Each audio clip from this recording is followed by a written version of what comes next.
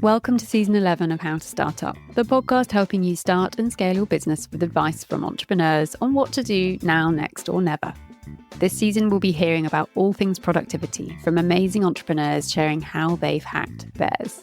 Hosted by me, Juliet Fallowfield, founder of the B Corp certified PR communications and podcasting consultancy, Fallowfield & Mason.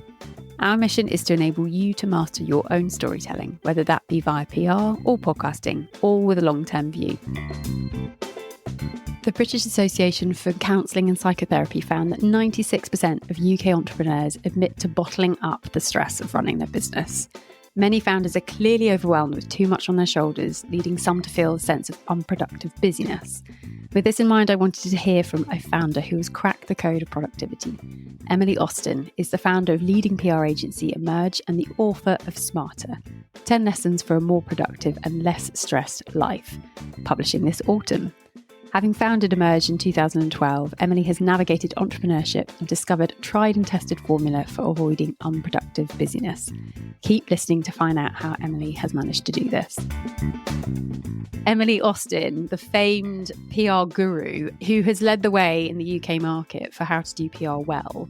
And this will be really interesting because it's a PR talking to a PR. But what I would love to chat to you about today, given that this season is all around productivity, and it's a buzzword and it's also got a massive stigma attached to it. But you have written a book all about this. And I think PRs typically are magic wand makers, CFOs to kind of look at them and go, oh, they'll fix it. We don't know how. They're magicians. You have many, many different stakeholders. You have teams, clients, brands, journalists. You've got so many people you're constantly in contact with. How do you do it all?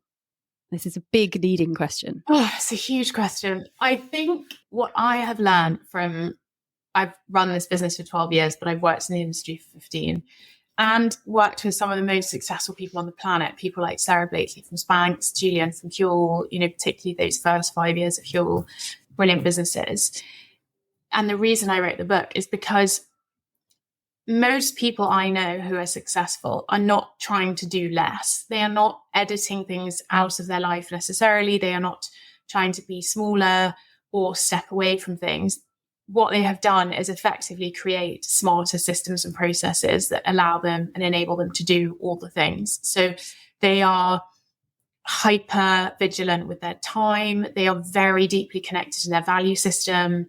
They are very well boundaried, which I think is something I find people struggle with the most. What is a healthy boundary? How do I enforce it? What happens when someone tramples all over it? They are structured, but have the right amount of flexibility. And I think also something I have sort of observed is very productive, very successful people are capable of working out the difference between what's urgent and what's important. And that prioritization or deprioritization is really, really important. So there are skills there. I think crucially and probably most relevant now, they are not performative. They are not on The Apprentice wearing a suit, posturing as what they think a successful person, like deals, deals, deals, sell, sell, sell. They are embodying what they consider to be how a successful person would behave. So, presentable, punctual, prepared, all those types of things. It sounds like a lot of the ego isn't there either. It just got rid of that.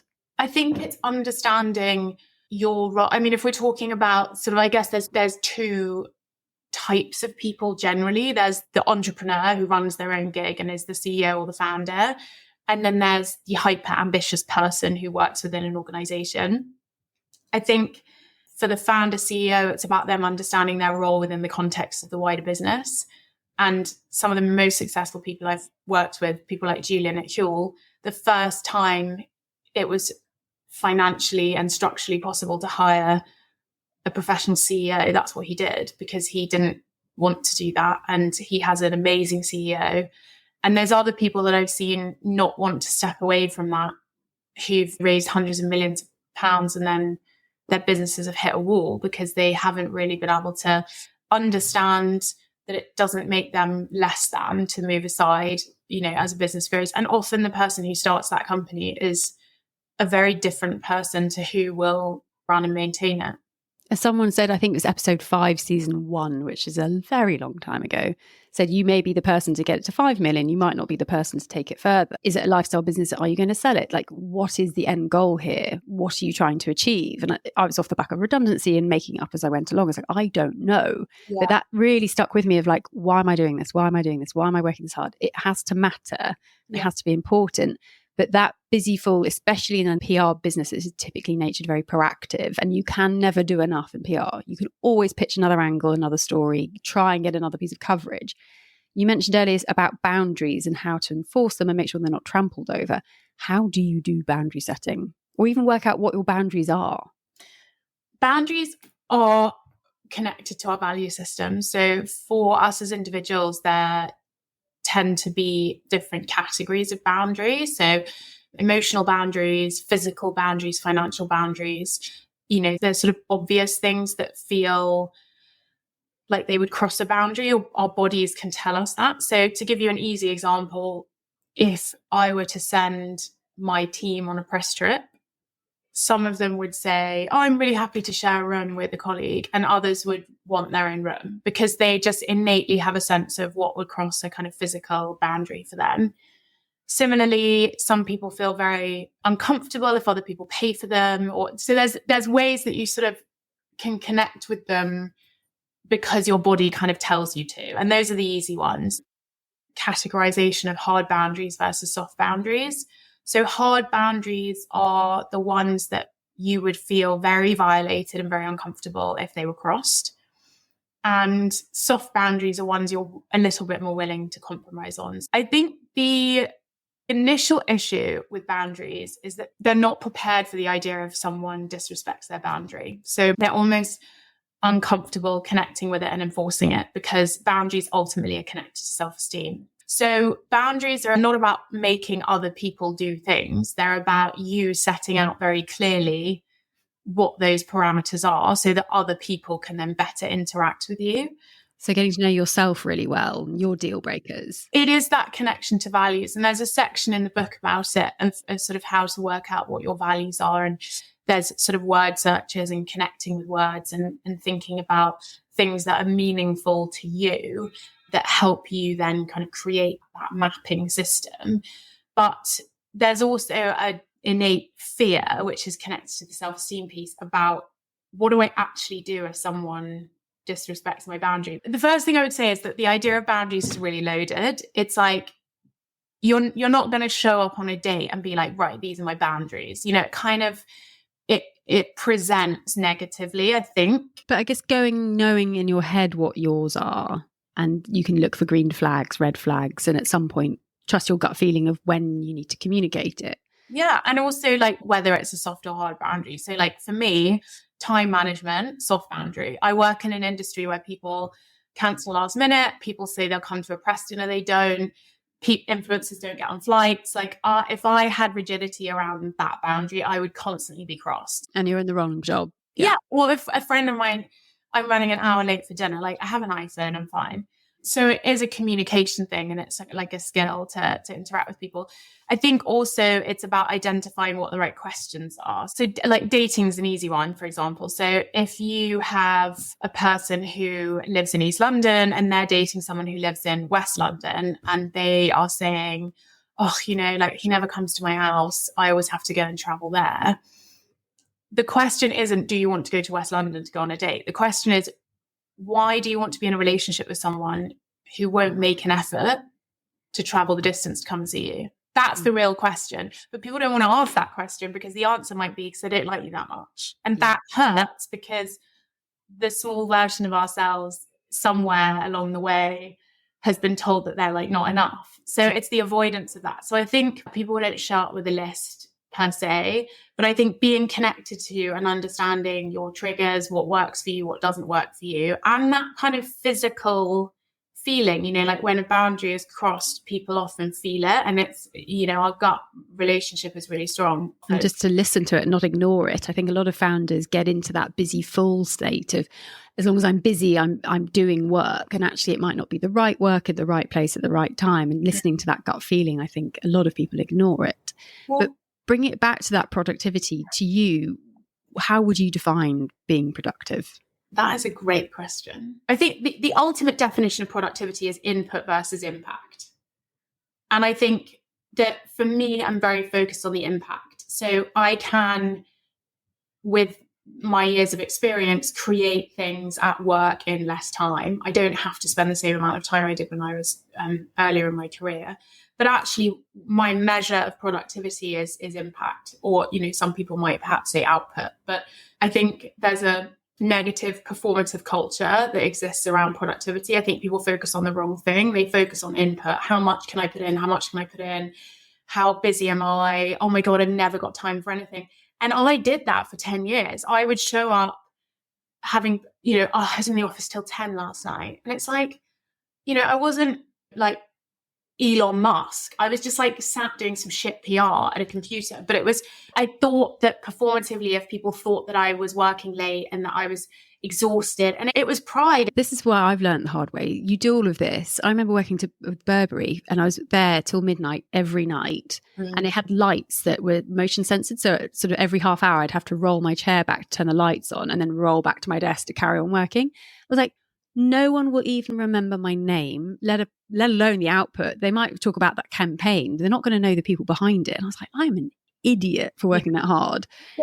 It's a mistake that people make around fullness and busyness. And we talk about like there's a difference between a busy life and a full life. And I think it's also quite industry specific. Like I think we work in and it's interesting because the Labour government have just suggested this right to switch off idea, which has been quite widely panned in sort of PR agency industries because, well, number one, these aren't 9-to-5 jobs. And I think broadly speaking, we can all agree that bosses texting people at 10 p.m. is a sort of toxic thing to do. But if you work in an industry that does events in the evening and things like that, it's unrealistic to sort of leave at 5. Secondly, I think probably good employers already have those systems in place and bad ones will ignore them. So that's sort of pointless. And actually that flexibility we've seen, particularly for people who've had children, to be a really positive thing because they disappear from 4 till 7 to sort of go do the school run and bath and put people to bed. And then actually quite like having an hour online if they need to. So I think the issue people have with defining productivity is in part in relation to them being able to connect with their values. Because for me, what was important really in my 20s was that people thought I was successful, whether I was or not. I mean, I did want to be, but it was about whether people sort of validated me. For me, was very detached from my own value system. And it was very connected to what other people thought of me. I had this moment, it was year 2. So I started April 2020, lockdown, everyone was at home, no one. Perfect time to start a business. It's great. There's literally nothing else to do. And it was Jeffrey Kent from Abercrombie & Kent. It's like, you're brave. It's like, there is no distraction. There is no FOMO. There's nothing. No money is going out the door anywhere. I don't need an office. But it's not a growth economy and our businesses are reliant on that. So it's a very hard time to start a company like that. I figured it's going to be as bad as it's going to get, so it can only get better. And it was off the back of redundancy, so I felt like I didn't have a choice. I had to make up a job. And I started the podcast and I started putting the content out there and somebody, oh God, you're doing so well. It's like, you don't have access to the P&L. How do you define well? And it really resonated. It's like, what does success look like? What matters? What's important? And I still haven't got the answers, but I think trying to work backwards of what good looks like, what success looks like. And everyone had their own perception of what that might be, and leaving big brands and Bond Street behind, these people saying you're doing really well, I was like, it means a lot. It's like, it shouldn't matter, it should be what I think of me. But in PR we're typically people pleasers because we have to whack-a-mole every crisis and everything at the same time. That boundary setting, I've been quite strict with our clients, and I think having B Corp certified to back us up on this, of how people communicate with our team, some deal breakers on that front. But it's learning to do it for yourself, I think, is the hardest part.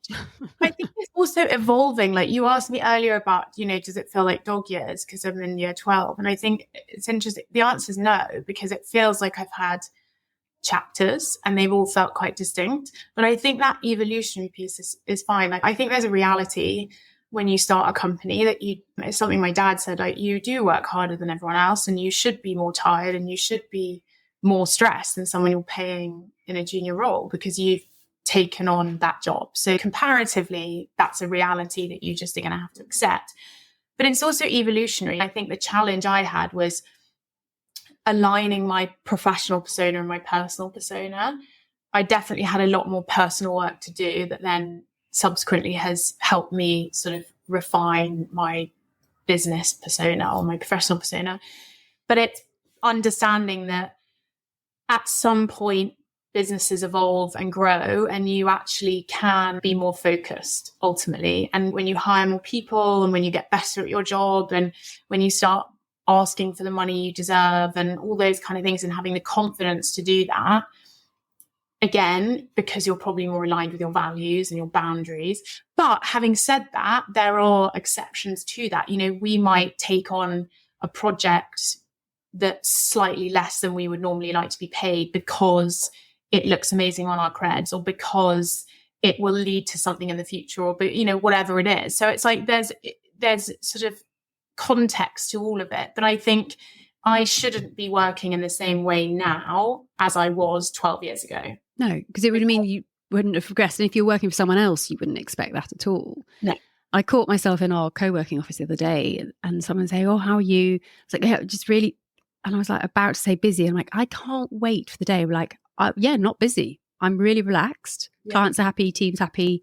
I'm not busy. That to me now will be success, because that busy full thing where you're frantically running from Zoom to Zoom, it's not fun. Yeah. It depends on industry. I'm very aware that I'm very fortunate that I have managed to create a career out of something that I'm good at, that I really like. But it's not fortunate. You worked hard to do that. There's no luck involved in this. You've done it because you've done it. It's like that. Some people don't get to monetize what they're good at. And, you know, some people are amazing athletes that never quite are able to make the money that they would want to, or, you know, have a passion. So I'm fortunate in that I do something I really like. So that's sort of part of the battle. But I got my business to a point where it sort of works. I mean, COVID was awful for everyone, but it works.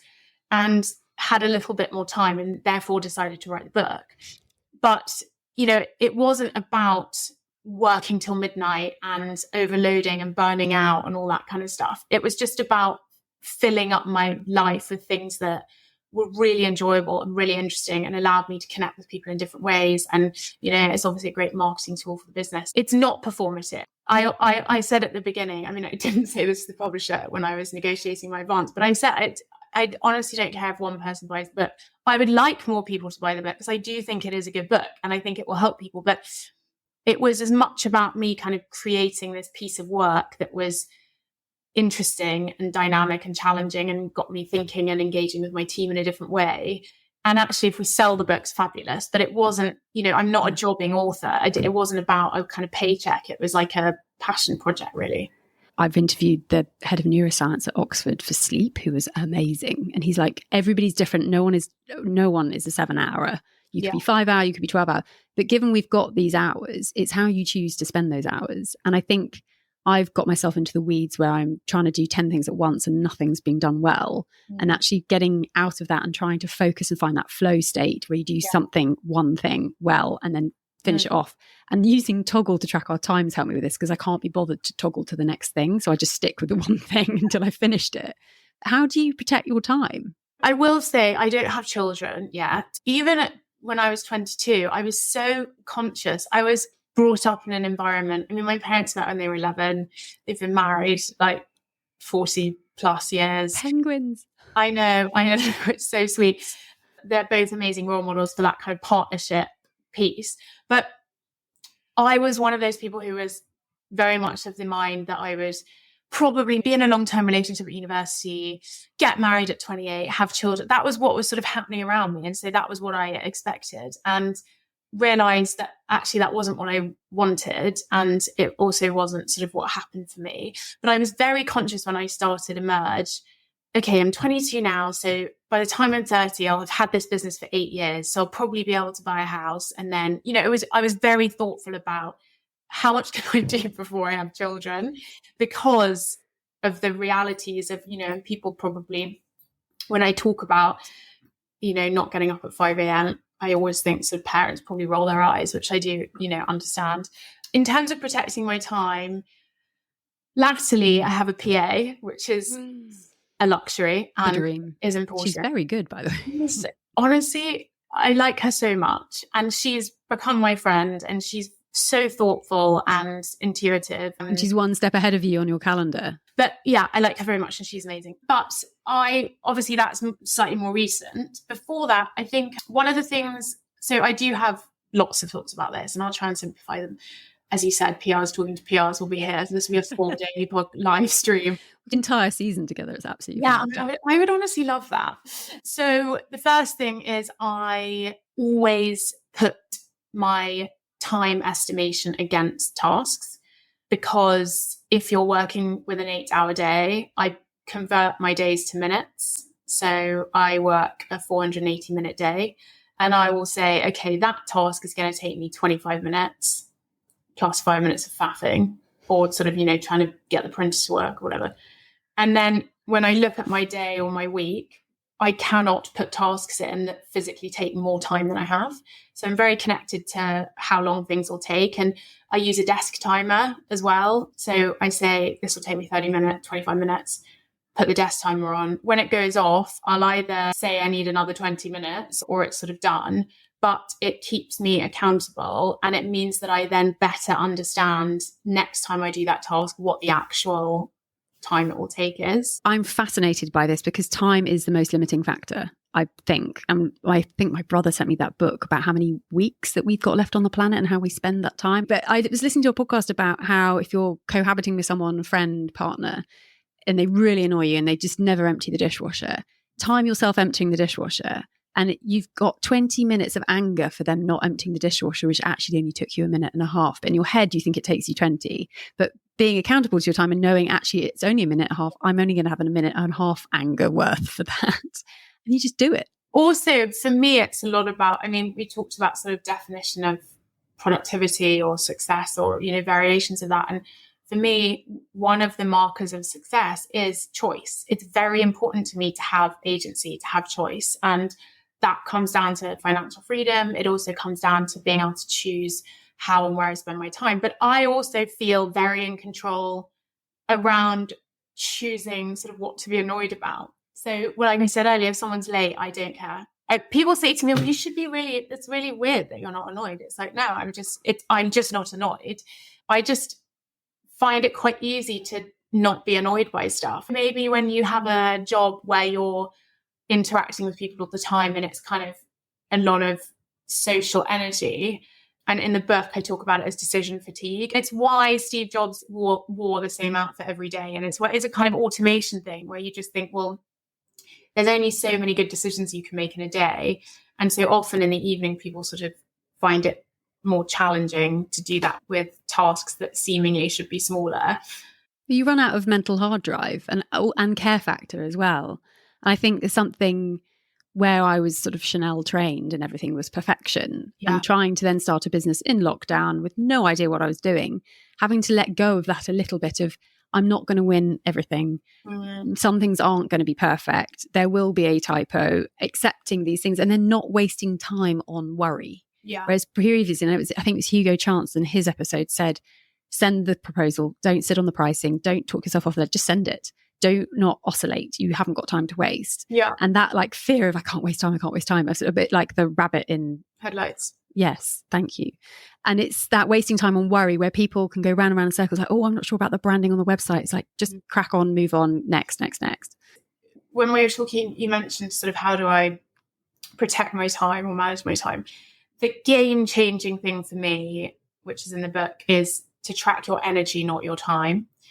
And that has been a really important shift for me because I think so many of us, and interesting that your experience with sort of luxury, that's not so much my experience. I have worked with some of those brands and it just wasn't really for me. And I've got friends who do it, and it's almost monstrous the way that they're sort of talked to. I remember a friend of mine worked at, I think it was Prado, or she was doing some stuff at Miu Miu, and like a sample got lost, and it was literally like someone had left someone's baby like in the park without, it was like world ending. Yeah, and it was like tears, and I didn't care enough about that for that to be something I was sort of willing to do. There were versions of it which I did care, and it felt like kind of live or die. But I think a lot of us are hardwired to come in and view our day as, once you get to your desk, if you work in a desk job, how much can I do before I go home at 5, 6, 7, whatever time? And so it's this kind of maximum input for 7, 8 hours. And the reality is that your day oscillates and your energy goes up and down. And so people talk about a 3 p.m. slump. I've always found this such a weird thing. People say it's just an undulation in your day, in your energy cycle. So I go to the gym at that time, or I front load my meetings in the morning that require a bit more headspace. And I don't try and fight that kind of natural energy. And it doesn't mean I don't do anything at 3 p.m. It just means that I might do something that requires a little bit less brain power. Like if I'm having to kind of review people's expenses or do something, that kind of comes in that time. And I think being more connected to your own circadian rhythm, your own energy cycles, and realizing that not every single day is about that kind of maximum output. You're not a robot. Maximum input. Yeah. And also, like, you can't sustain that. You know, if you think about, I think sport is obviously a great parallel for analogies relating to business, but no one sprints for the whole time. There is not an I mean, they might for 100 meters, but that takes 9 seconds, you know. Oh my goodness, you've just blown my mind, because I'm like, why was I thinking I was a marathon runner every day of every week for every year? It's not sustainable. This is the thing. And it's also like setting those time frames. I think a lot of young people I meet feel these pressures around time, which I just don't feel anymore. And it is important to feel that at the beginning. You should feel like you're in a rush and it's exciting and you're, bursting with ideas. I am still bursting with ideas. There's still loads of stuff I want to do, but I'm only 34 and I'm not trying to sort of sell something and put my feet up. So I think, again, being connected to your own understanding of what success is, sort of, selling your company or having a moment where you get to tell everyone that you sold your company. Who's that actually for? My personal feeling is businesses should make money. I don't think someone should run a business for 10 years and make no money. I think there has to be a gain that is financial. Again, you have to work out what that is for you that works for you. And for someone like Ben Francis at Gymshark, it's being the youngest billionaire in the country. And for other people, it might be paying off some of their mortgage and, being able to have fresh flowers once a week, or affording childcare, or, but again, it's like the book talks about having our own definitions. So if we use the fitness analogy, if your definition of fitness is running a triathlon and mine is walking around the block because I'm recovering from injury, if I use your definition, I will always be a failure. And if you use mine, you'll never think you're doing enough. So like, mine's irrelevant to you. Yeah. So it's about really defining what is health, what is fitness, what is family, what does that look like to you? What is success? What is, wealth or whatever, and not kind of plucking it from someone else's definition. I completely agree. And the success and wealth thing, I had gone through job after job, brand after brand, worked my way up and did really well, and suddenly found myself redundant. And it was a massive slap in the face of like, but I work so hard and I do such a good job. And how could they? It's because they're a business. They're there to make money. And my salary wasn't needed to be spent at that time. And it really, in the last 4 years during lockdown, various personal crises and learnings of working out what really matters. And yesterday I found out I exchanged on a house and I'm moving to the countryside. And it's a bit of I'm 43, I'm single. Can I move to the countryside alone and buy my forever home on my own? And I can. And that to me is success. And it's not a mansion. It's lovely and I love it. And I think it is the best second date I've ever been on in my life. And I turn up and like, it is true love. But it's that success metric of like, I don't need more. That is plenty and that's enough. And it was a real, with the business, people are like, well, you're going to grow, you're going to expand to New York and Sydney. I was like, nope, less is more, less is more, less is more. I've shrunk the team, I've shrunk our client base. I want to do good work with good people, and that is enough. Which brings me on to, we have a question from our previous guest who founded Click, a sustainable technology company, Assad. His question was, when is it enough? When money, scale, glitz, glamour, pacing, you even said with news articles around your business, when is enough for you in your business? I think for me, there's sort of two enoughs, which I know this is like, it's like I'm a politician. I can't answer a question with a straight answer, but I think there's two enoughs. So for me, there's a practical enough with my business, which is it costs me over £1 million to run my business a year. I have people to pay, I have rent, I have, dependents, as it were. So there is a very practical kind of fiscal enough, which is, can I pay everyone? Can I run my business? And can I take something out of it that allows me to live? And I am at that stage with my company. It goes up and down and, markets move, but generally that is enough. I think there's also certain types of clients or work. So I think that feels a little bit more practical to me because it fits into a P&L and it's a kind of business thing. The maths puzzle is complete. Ins and outs. Am I making more than I'm spending? Is sort of is it enough? And it's a good sized business. I think it doesn't curtail any ambition. Steady growth is interesting and important, and there's definitely opportunities. But I think for me, it's important to edge forward. But in terms of enough at work, it is just getting that balance right. I don't want to be in debt. So there's that. I think on a personal level, I do feel that there is a piece that I have found, which is, thanks to all the therapists and things that I've done, but there's actually a piece with understanding that I am enough. And I think that was something that I really struggled with. My position in my family is I'm the reliable one, and I don't drink, I don't take drugs, I would be the last person to do something kind of spontaneous or reckless or irresponsible. And we have our positions in our friendship groups, in our families that represent something. And for me, it was feelings of low self-esteem, very sort of troubled relationships with my weight. I lost 40 kilos. I weighed over 100 kilos. So I had sort of really negative relationship with food. And it was about, I think, understanding. Someone said to me, you've spent a decade proving to everyone else you can do this. It's like, it's okay now, it's okay. Like, you don't need to do that anymore.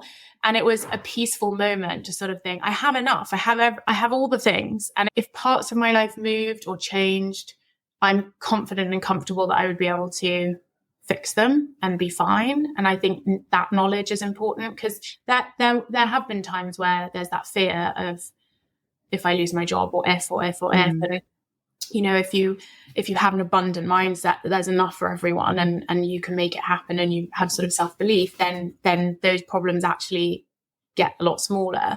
But yeah, I think it was probably understanding what a full life is and then understanding that I have created that.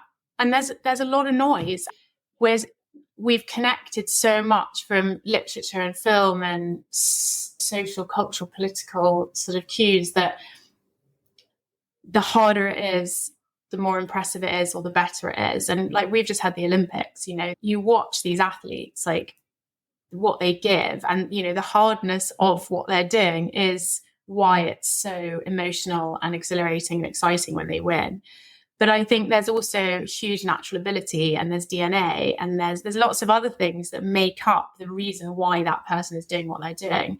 And it doesn't take anything away from their achievement, but it just doesn't have to be hard all the time. And I think I've spent probably the entirety of my 20s thinking, unless I'm burnt out and miserable and busy and it's really hard, then I'm not successful. And when I had whatever transition I did, sort of early 30s, into that newer mindset, which sort of led to the book, and realized that actually it's okay to say, it's easier now and it's more enjoyable, and I don't have to be late to everything and miss stuff and celebrate that list to be successful. And that piece, I think, is enoughness. I've got to work out how to say that in a more concise way. No, I think it's brilliant. And I feel lighter even after this conversation, because I think we're taught, especially women in industry and in communications, you need to do more and more and more. And actually, no, there is a boundary, there is a line, there is enough. And it's only really you that cares. And I didn't realize, I think it was my mum told me when I was 15 at a girls' school that was horrific. She's like, you do know not everyone's going to like you and you're not going to like everyone, and that's okay. I was trying to make friends with everyone. Like, I didn't care about being cool and I didn't care about being thin. And I was probably more mature when I was younger. And I didn't have my rightful place. And when I was at university, which was probably the worst 3 years of my life, I felt so lost and so unanchored. And it wasn't lack of motivation, it was lack of direction. I had all this energy and I wanted it to go somewhere, but I hadn't sort of found the thing to attach it to. And that was really confusing. And I see it now with some of my team and people I work with who are sort of around the age of 30, around the age. And they're almost like, I don't know what I think about anything. I don't know what my values are. I don't know what type of haircut I want or what style I want, or do I even want kids? And it's like, and it's not because they're valueless. It's because the values they had, they've outgrown. And it's about resetting them and saying, well, what's important to me now? But it is this kind of anchorless phase where, you know, we ultimately want to belong to something. And so when you don't feel like you belong, it can be a very disruptive. Oh, it's so lonely time. Yeah. And you get sad. And my counsellor said to me, he's like, well, where are your life buoys? You're out at sea. And this is quite a good thing for founders to think about as well. Business, you're completely out of your depth. You're completely at sea. You have no idea what you're doing. But if you can see your life buoys, and I was like, oh, it's conversations with my mum, it's a run, and just seeing them on the horizon, knowing that I could get to them if I needed to. And I think the difference now is I have a book coming out in November. So I have structured my December in a way that sort of it accounts for that. Whereas perhaps in the past, they would have been like, I'll just keep going, or I'll do another book. I think it's interesting potentially to hear me talk about it now, because I do feel like I'm slightly on the other side. But make no mistake, I mean, most of my 20s was a sort of poisonous cocktail of severe anxiety. I would be, you know, in this job that was very social, but having panic attacks in the bathroom. I would physically be sick from anxiety because it had such a physical effect on my body. You know, horrendous sleep, hormones out of whack. I mean, you sort of lose hours to who knows what because you're just in this kind of mix of, and it's exhausting and it's emotional. And I think that is a reality for founders, particularly because you have this very aggressive perception of what it should be like, and then you are matching up to that or falling short or whatever version. With no experience, you made up a job that's never been done before. Like, it's completely unrealistic. Yeah, but also because I think of borrowing definitions. I think that being more connected to what you actually need. And I think it's just this goal setting, and I talk about it. I'm quite sort of rude about big goal setting and vision boarding and stuff in the book, because for me, that's completely unrealistic. You know, great, you want to be all these things in 10 years, sure. But then what are you going to do? Wait 10 years till you congratulate yourself.